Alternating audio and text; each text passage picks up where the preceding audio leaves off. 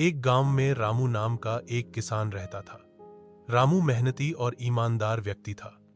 उसके चार खास दोस्त थे, गोपाल, हरिया, सुखीलाल और चिंटू।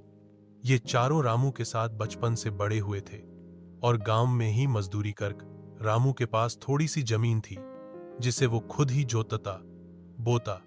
उसके दोस्त खेतों में मजदूरी करते थे और जब रामू को मदद की जरूरत होती तो वे बिना पैसे लिए उसके काम में हाथ बंटा देते। रामू भी बदले में जब उन्हें जरूरत होती तो हमेशा आगे खड़ा रहता।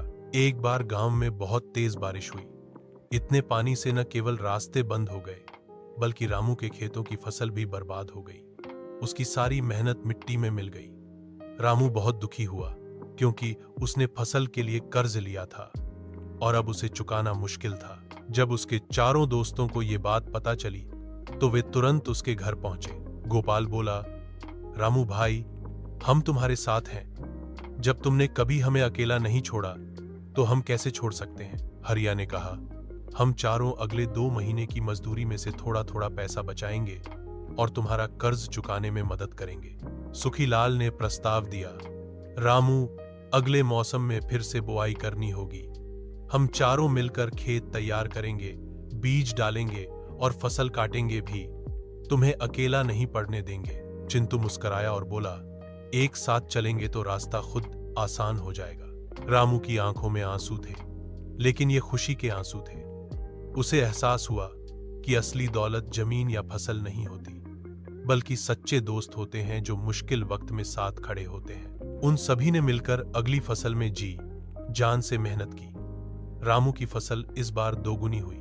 उसने न केवल अपना कर्ज चुका दिया बल्कि अपने दोस्तों को उनकी मदद का दुगना लौटाया। लेकिन दोस्तों ने कहा, रामू भाई, ये तो दोस्ती का फर्ज था।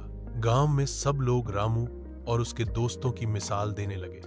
गांव के बच्चे भी कहने लगे, सच्चे दोस्त वही होते हैं जो दुख में साथ दें। सीख, यह कहानी हमें सिखाती है कि जीवन में कितनी भी कठिनाइयां आए, अगर हमारे पास सच्चे दोस्त हों तो हम हर मुश्किल को पार कर सकते हैं। दौलत और जमीन खो सकते हैं, लेकिन अगर दोस्त साथ हों तो सब कुछ फिर से पाया जा सकता है।